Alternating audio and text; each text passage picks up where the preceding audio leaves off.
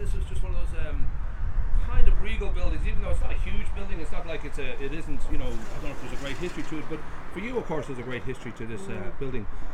We're talking about 1990, you're up in Fatima Hall, but 1993 you moved to this gorgeous building. On Lar, is that the name of it? Yes, on Lar, Dargle Road.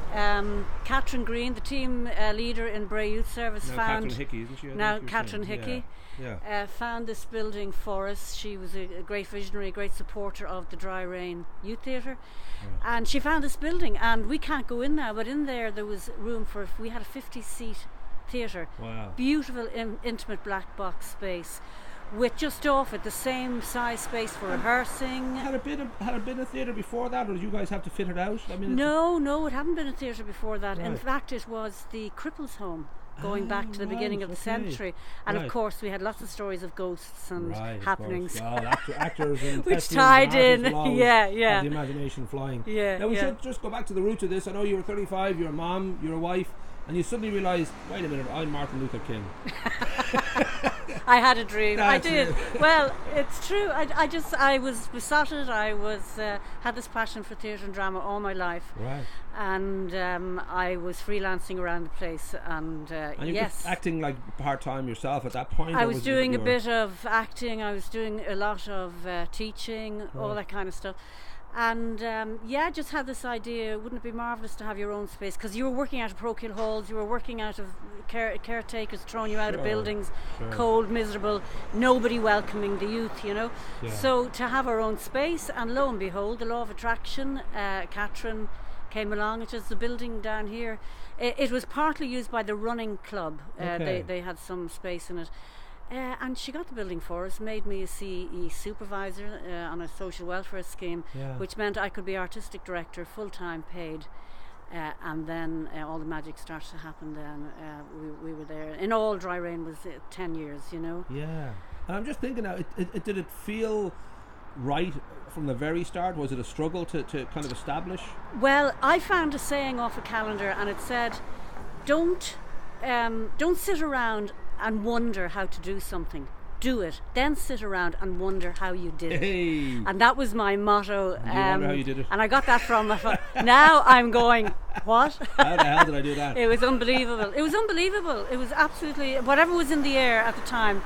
The recession was there. There was a lot of artistic people around, and people just kept, because you had the building, I think, too, you know. Right. Well, it's a focal point. There was no Mermaid Theatre.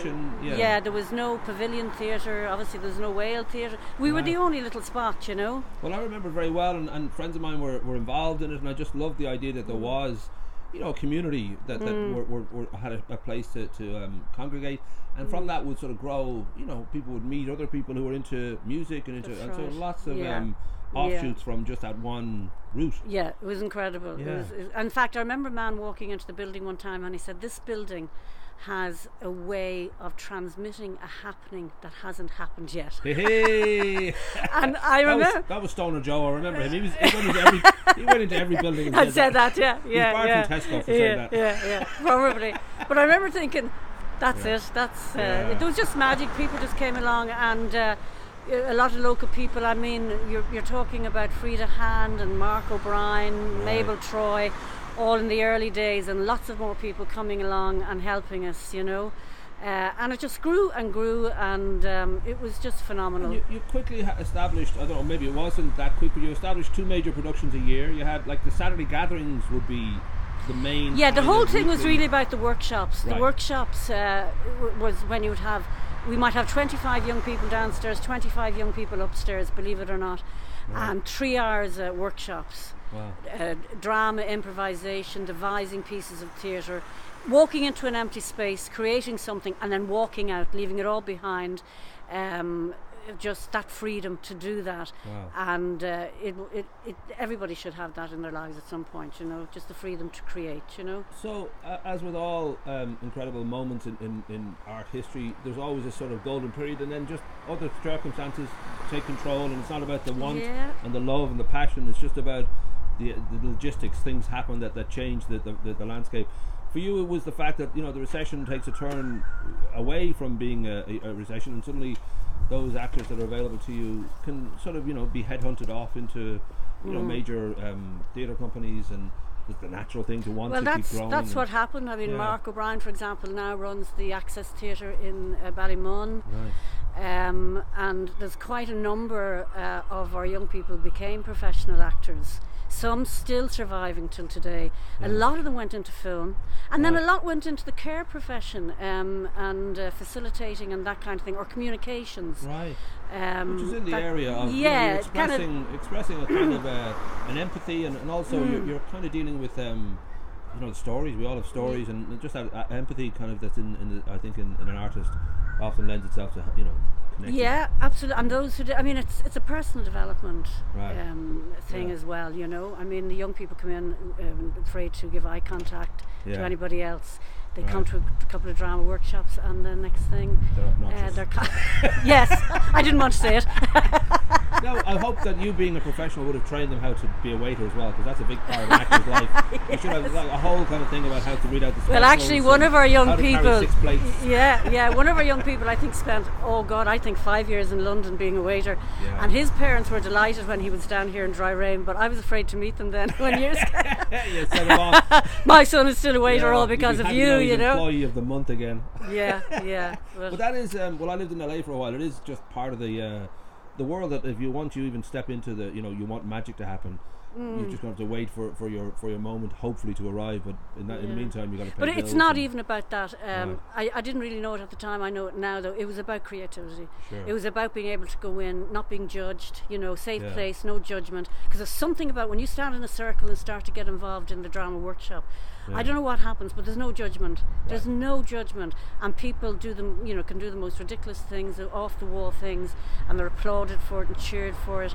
Yeah, like the doll today. Like what? Like the doll. Absolutely.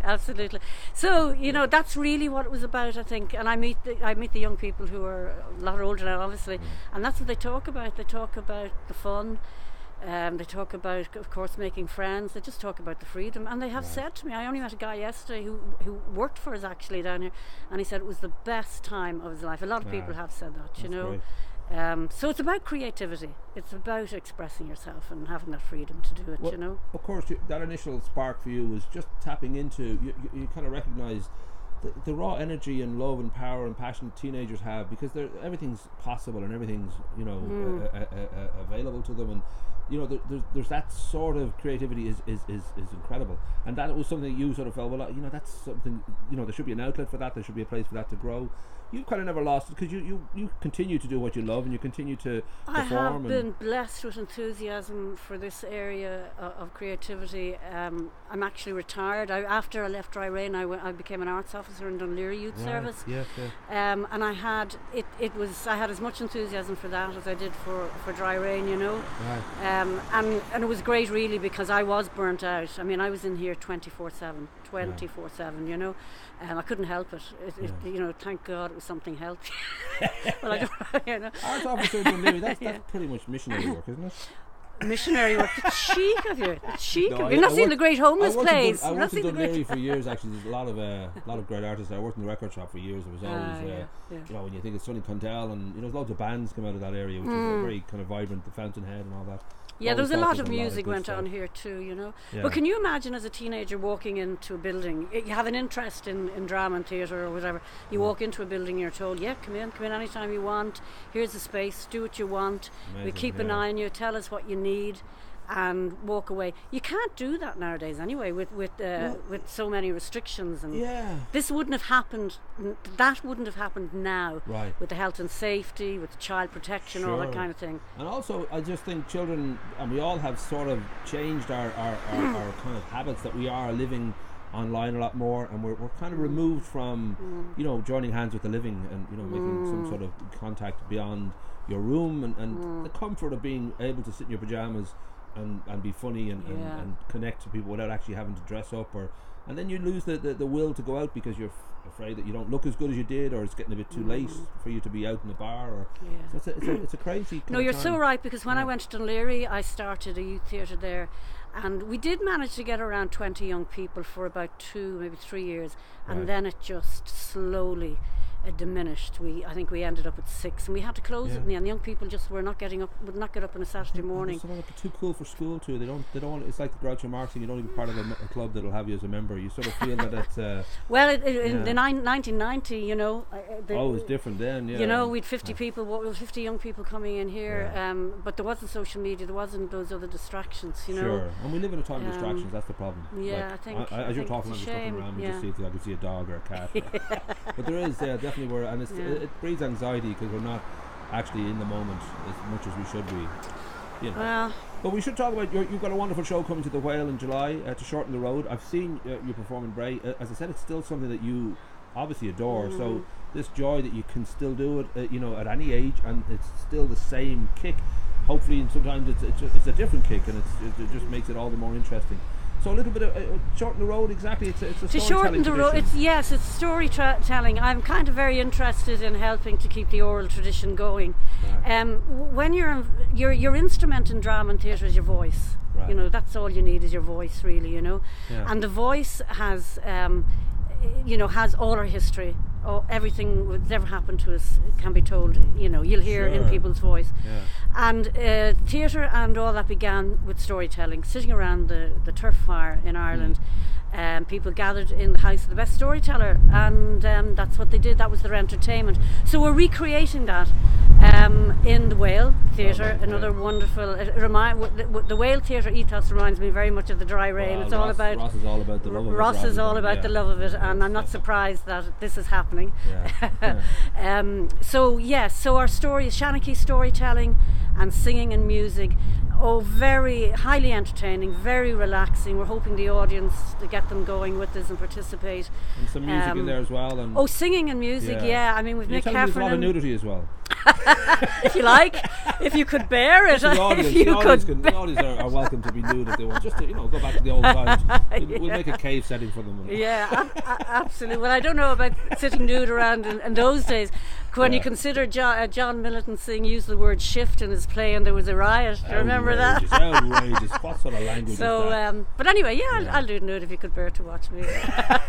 Well, I wish you the best of luck with the continued luck, because I love the fact that, as I said, any artist who's able to do it for pretty much, once they've made that decision to be an artist, they can just keep on going, whether it's music or writing books or I know it can be a tough one too. I have a lot of friends who are actors, especially acting is a tough profession, because you can be months without work, and yet it's just those moments on stage that make everything worthwhile. It makes everything worthwhile, but I'll have to come back to the word creativity.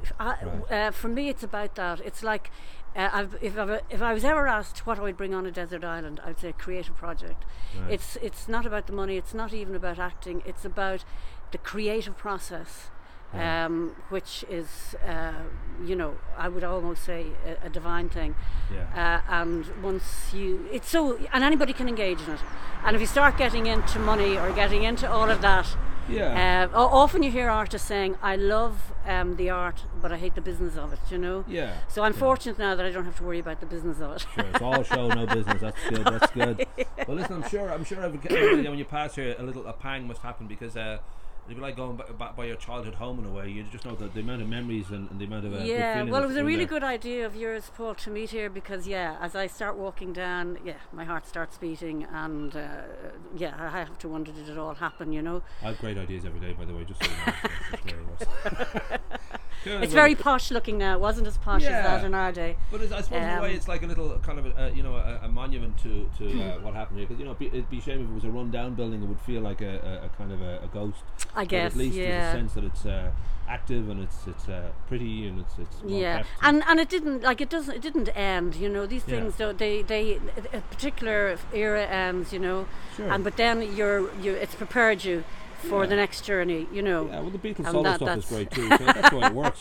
People go on and do their own thing. People, and it's all part of the same. It wouldn't. Again, it wouldn't be the creative journey, the creative process if you were stuck doing the same thing. I guess So wonderful days, great days, and blessed to have had it happen in my life. Sweet.